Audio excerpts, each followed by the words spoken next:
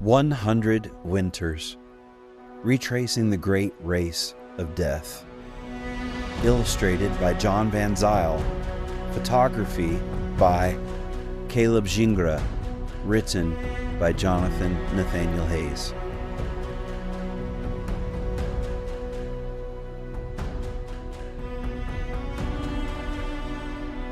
Chapter 5. Hot Springs. The dogs and I were nearly 4 hours away from the nearest village, in the middle of nowhere, in the middle of the night.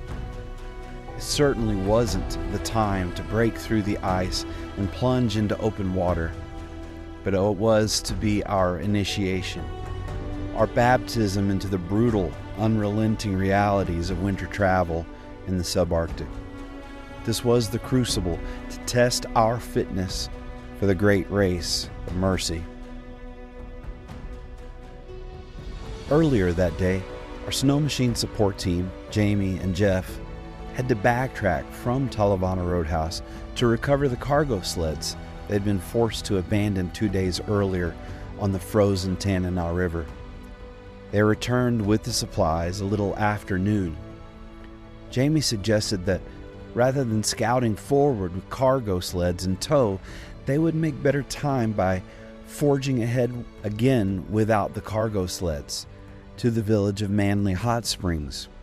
He felt confident they would catch up with us that evening when they doubled back to Talavana Roadhouse for the sleds. I agreed, and the plan was set for the remainder of the day. The 7 grueling miles we'd traveled on the Tanana River the night before confirmed what we suspected. The recent and unprecedented weather meant the river was flooded with overflow water, making it impassable for snow machines. What we didn't know was that the overland route from the roadhouse to Manley Hot Springs had become overgrown and strewn with downed trees and buried under deep, unbroken snow, making it nearly as impossible as the river. Jamie and Jeff would spend the next several hours fighting for every yard with chainsaws, axes, and winches. It's commonly assumed that snow machines ahead of a dog team offer an advantage to the dogs. But in these conditions, the truth is quite the contrary. On the one hand, the musher appreciates clearly defined track and makes navigating and directing the dogs easier. And if the machines pass a day or more ahead, the trail has time to reharden, making the machines a great blessing. But in this case, the machine's wide, tilled path looked like a farmer's plow breaking up the earth, and the dogs hated it. Every paw fall was a gamble. This one makes a whomp on a hard piece of ice crust. The second gets swallowed up to the leg. Instead of following in the deep, fractured wake of the machines, they tried to balance on the snow-crusted edge of the trail. I found myself constantly battling the same issue, gliding the ricker across the crust one moment, only to slide back into the snow machine's trench the next. The machines had also exposed hidden pockets of overflow water beneath the snow. Each breach sent a ghostly mist into the air as if a porthole had been opened to the underworld. After several struggles to wade through and free the marred sled, the lead dogs began making wild detours off the trail in search of higher and drier ground. So it was that we traveled one slow, hard-fought mile and then another. It was now nearing midnight. Caleb, the filmmaker, had been racing ahead to find scenic or difficult terrain to capture film footage. But even he couldn't avoid the trail's challenges. His snow machine had gotten stuck multiple times, and on 2 occasions we had to pull it out with the dog team. Then there was the relentless and unforgiving cold. It was the kind of cold that seemed to slowly seep into your bones. It was a warning, a reminder of the hostile wilderness that surrounds us in this dark and deadly season. It was only our second full day on the trail, and already we had been thrust headlong into the hardships that defined the original serum run. We were in the middle of a 100-degree temperature swing, from a mild 40 above zero when we started to a bitter 60 below zero. When I left Talavana Roadhouse earlier that afternoon, the temperature had already dropped to minus 35. The forecast promised a much colder night. The deeper into the night I mushed, the deeper the cold penetrated my body. I thought of the Alaskan native musher, Edgar Callens, who had traveled this very route a century earlier on the original serum run. He faced temperatures of minus 60 Fahrenheit. I wonder what the temperatures are now, I muttered to Caleb when he stopped to check in with me. It's got to be getting close to Callan's temps, Caleb replied. The only saving grace was that the wind was still. This was a more silent and insidious kind of cold. It didn't assault you directly. It crept into your bones slowly, silently, until it robbed you of life warmth you hadn't even realized you were losing. One moment you were fine, enjoying the stillness of the night. Then you start to notice subtle changes. An automatic action as simple as blinking the eyes becomes a slow and deliberate process, each blink freezing and then tearing the lashes apart. There were other signs. My headlamp freezing to my fleece watch cap, my beard freezing to my balaclava, my hands taking longer to warm after a few seconds out of the mittens to adjust gear. The cold wasn't just a nuisance. Here was a deadly force that demanded one's full attention and respect. To be honest, I'd never run a dog team in such extreme cold. Back home in Maine, we occasionally face minus 40 degrees temperatures. But I'd never had to mush in those kind of conditions. If it got that cold, I'd simply wait for the temperatures to moderate. But now I was knowingly breaking the centuries-old rule of the 40s, which cautioned mushers against running their teams when temperatures reached the 40s above or below zero. As the old sourdoughs used to say, mushing at 50 below is all right, as long as it's all right. At minus 50, a single mistake can cost you dearly. A lost glove can mean the loss of a hand. My 16 Seppala Siberian sled dogs, on the other hand, thrived on these conditions. For them, the colder the better. They glided silently through these northern reaches of the boreal forest, weaving in and out of trees, crossing streams and hills, their exhalations hanging suspended in the air like smoke from a steam locomotive. The dogs crested a small but steep wedge-shaped hill in the woods. The sled teetered for a moment. Then, as the long line of dogs made their descent, the nose of the sled was yanked hard back onto the trail, and we gathered speed. But in that suspended moment, I saw Caleb's flashing light across the clearing, signaling from a small hill ahead. I assumed it was a warning, but what trouble could it be? Was the snow machine stuck again? Was there a moose in the trail? I scanned ahead, and then I saw it. The clearing wasn't just open land, it was a body of water. Jamie and Jeff's snow machines had broken up the ice on their way across. Caleb had barely made it across himself, fracturing what remained of the surface. Now the shattered surface gave way beneath my dogs.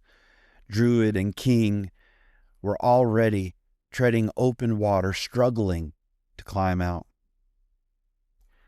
I gave as calm a whoa as I could muster and dropped both snow hooks.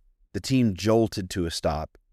I half ran, half slid down the embankment toward the ice.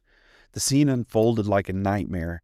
My two lead dogs, trapped in the icy deep, When Druid and King tried to lift themselves, the ice disintegrated beneath them. I'd never seen Druid panic like this before. That's when I knew that they would not be able to get out on their own. I shuffled out onto the ice as far as I dared, then laid down to distribute my weight. Low crawling, I reached the edge of the water, threw off my mittens, and called to Druid. He swam toward me. My outstretched fingertips brushed his harness, but King climbed on top of Druid, trying to escape, and pushed him under. I reached out again, this time snagging King's harness with the tips of my fingers. Clenching my left hand into a fist around his harness, I pulled them toward me. Lifting 120 pounds of wet dog out of the water while laying flat on my stomach was not, as I discovered, physiologically possible, so I had to roll to my right side to lift them up. The fragile ice beneath my reduced surface area gave way, and I plunged into the black water with my brave boys. I can't say how deep the water was, but when I tried to stand, my feet never touched the bottom. I floundered, but I never felt out of control. At no point did I think I wouldn't get out. Resting my forearms on the ice while holding Druid's harness in the other, I began kicking with my feet as I had been trained nearly 30 years ago in the Marine Corps cold weather infantry. Pull, kick, pull, kick. Inch by inch, I hauled us up, crawling on my belly to safety. We were on solid ice now, but still on the wrong shore. We needed to cross over. There was nothing else for me to do but lead my dogs onto a section of ice I hoped would be stronger. I shuffled forward, but my leaders refused to follow. They sensed what I could not. The ice was no stronger here, and I dragged them along reluctantly. Together, we plunged through again. This time, my leaders and point dogs used my floundering body as a human bridge to scurry to the other side. Once the leaders and I reached the shore-fast ice, the rest of the team followed, diving in after us. With quick action, the leaders and I hauled the rest of the team and sled clear. Finally, we stood on solid ground. The team was a tangled mess of frozen harness and ganglines. I felt water sloshing in my boots with every step. My outer garment immediately hardened into armor, restricting my movement. It was at least minus 50 now, and we were still nearly 4 hours from our next shelter. I untangled the dogs, letting them care for themselves as they instinctively knew to do, shaking off water, rolling in powder, nipping ice balls from their coats with their teeth. We humans have no such obligatory grooming behavior. While working barehanded on the frozen snaps and lines of the dogs, I scraped crust of ice from my hands repeatedly, only for it to rematerialize seconds later. "What's the plan, Jonathan? Start a fire? What do you need?" Who was talking to me? Oh, Caleb, I'd forgotten anyone else was there. Building a fire might be best for me, but not for the dogs. I need to get them moving fast. Throw hand warmers in my mittens while I untangle this mess. He nodded, digging hand warmers out of his gear and placing them in my frozen mittens. I looked up and smirked. "You wanted drama for your documentary. Well, here's your drama." A few minutes later, the team was in order. I called them up. They rose without hesitation. They understood the urgency, so we ran. We reached Manley Hot Springs around 4 a.m. Like Talavana, it was once a hub for miners, trappers, and explorers. But unlike Talavana, it had endured thanks to its namesake hot springs. In 1902, entrepreneurs built a 4-story resort here with 45 rooms, steam heat, electric lights, hot baths, a bar, a restaurant, a bowling alley, and even an Olympic-sized swimming pool. Tours came by boat, stagecoach in the summer, some braving winter for the baths. Though the resort eventually burned and the gold boom faded, Manley survived. It was revived in the 1950s when it was connected to the Fairbanks road system. When I pulled into the tribal community center, Jamie and Jeff came out to greet us. "We were worried. We were about to come looking for you. Are your clothes frozen?" As it turned out, they had only arrived a few hours before us. Just the clothes," I replied. "But these dogs need meat and bedding, and our supplies are 50 miles back." We groomed and coated the dogs, fed them my remaining stores. They ate heartily, seemingly unfazed by the night's drama. When the original musher, Edgar Callens, finished this leg of the relay where I now stood in Manley, Hot Springs 100 years ago, his hands were literally frozen to the birchwood handbow of his sled. Accounts say the roadhouse owner had to pour boiling water over his hands to free him from his sled. I was only a little bit better off. My pack boots were so fused with ice to my bibs that I couldn't remove one without removing the other. When I finally pried my boots from my feet, I discovered that both layers of woolen socks had frozen solid to the inside of my boot. Thankfully, I only suffered minor frostbite to my fingers and toes, and that healed within a few days, even though now, over a month removed from the expedition's end, my fingertips and toes are still peeling layers of dead skin.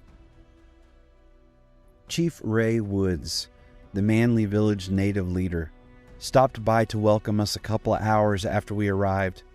I had just fallen asleep, but this was his hall, and I rose to be a grateful guest. Jamie noted that the thermometer outside read -50, but Chief Ray shook his head. "No," he said, "it's -50 here in Manley. Down in the valley you just traveled through, it's always 10 to 15 degrees colder." When we finished our visit and interviewed him for the documentary, Chief Ray prepared to leave. "What are your plans for the day today, Chief?" I asked. "Wait," he replied simply. "That's what you do when it gets this cold. You stay home and wait it out." All's well that ends well. This had been a close brush with danger. We were blessed to emerge unscathed, and I thanked God for his protection. But I knew this was only the beginning. The subarctic had merely shown us her teeth, a harbinger of things to come. You've been listening to 100 Winters, Retracing the Great Race of Death. Subscribe so you don't miss Chapter 6. And if you're enjoying this free version, I want to ask you to return the favor by going to MUSH MAINE, our website, or going to Amazon and purchasing a hard copy of this book. We'd really appreciate it. And until next time, thanks for listening.